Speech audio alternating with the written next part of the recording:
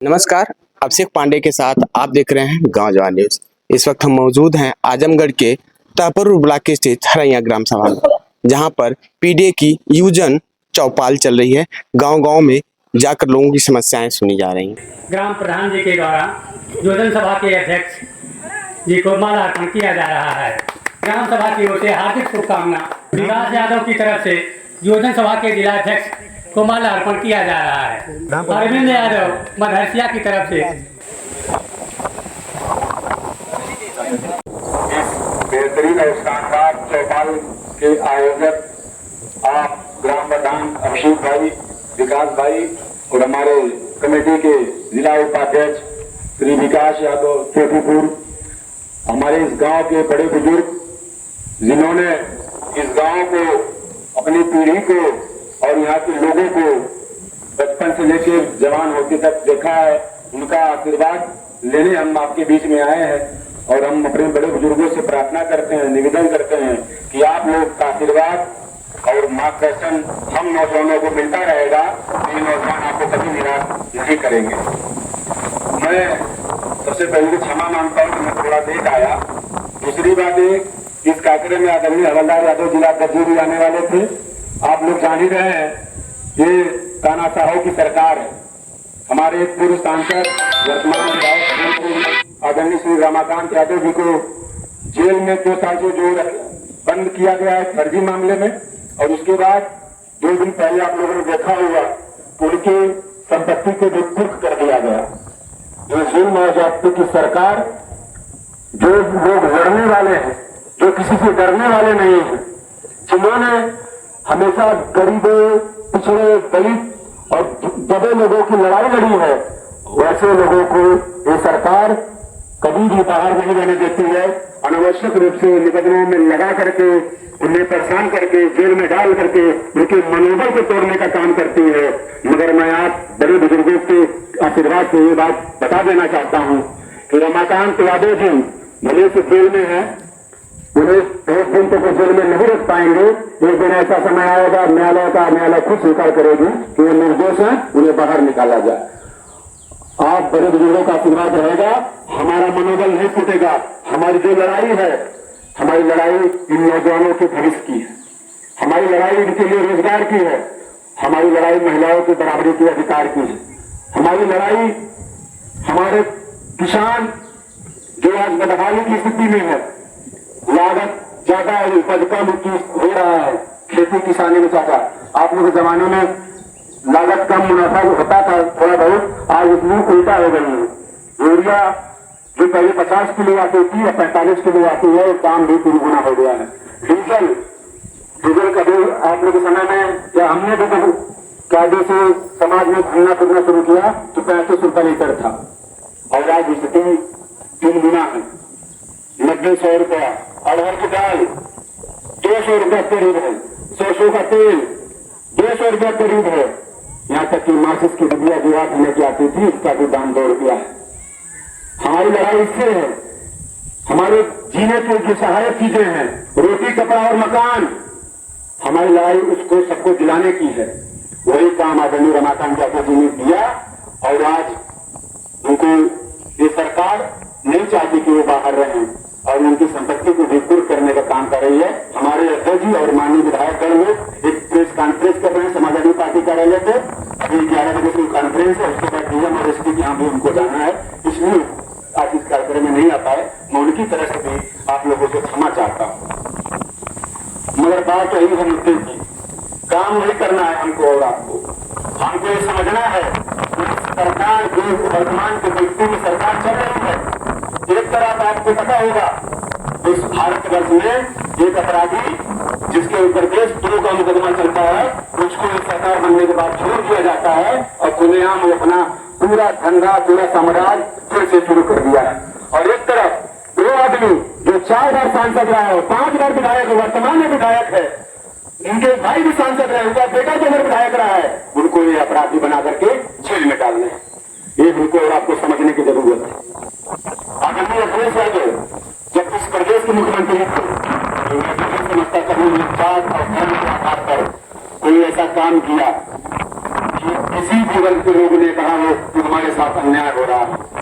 पत्रकार बंधु भी हमारे यहाँ हमारी माताओं और बहनों के लोगों ने एक से एक योजनाएं चलाई। हमारी बहनें इंदिरा आवास को लेती थी तो सुकन्या योजना के तहत 20,000 रुपया और एक साइकिल मिलती थी।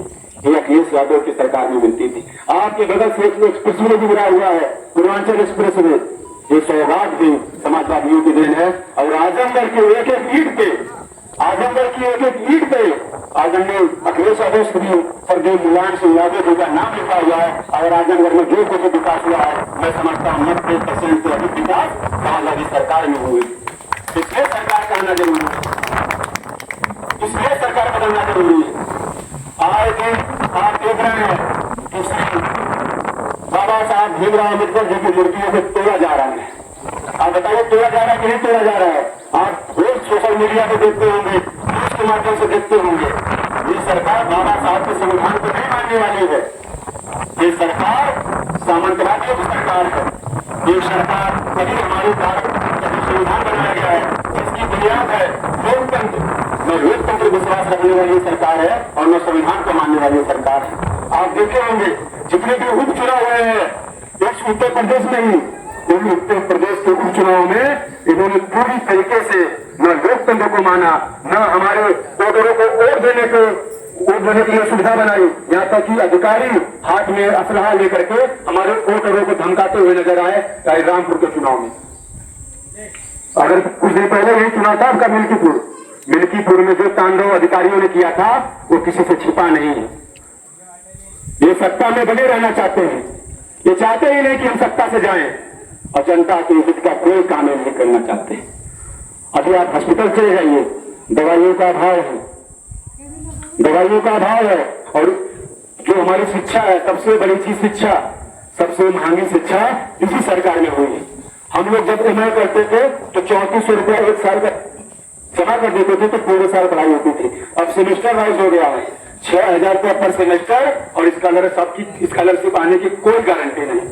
हम लोग के समय में स्कॉलरशिप दिया जाया करता था तो गरीब बच्चे जो हमारे यहाँ पढ़ते थे, सिविल चंडेसर मालदारी, ये बच्चे ये उम्मीद लगा के रखते थे कि हमने तो फीस जमा कर दिया, स्कॉलरशिप आएगी तो अगले साल की पढ़ाई हमारी स्कॉलरशिप से हो जाएगी, पिताजी से मांगना नहीं पड़ेगा। ये उम्मीद हुआ करती थी और इस सरकार ने स्कॉलरशिप को भी बंद कर दिया।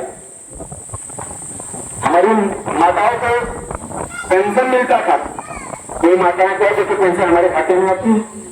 जो किसान सम्मान निधि की बात करते हैं, अब उसमें इतने नियम कानून लगा दिए गए हैं कि वो किसान को मिलेगा ही नहीं।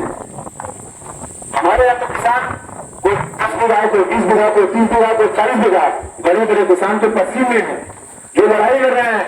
600 से ऊपर किसान आपके मर गए गाजीपुर वाले पे किसान आंदोलन में।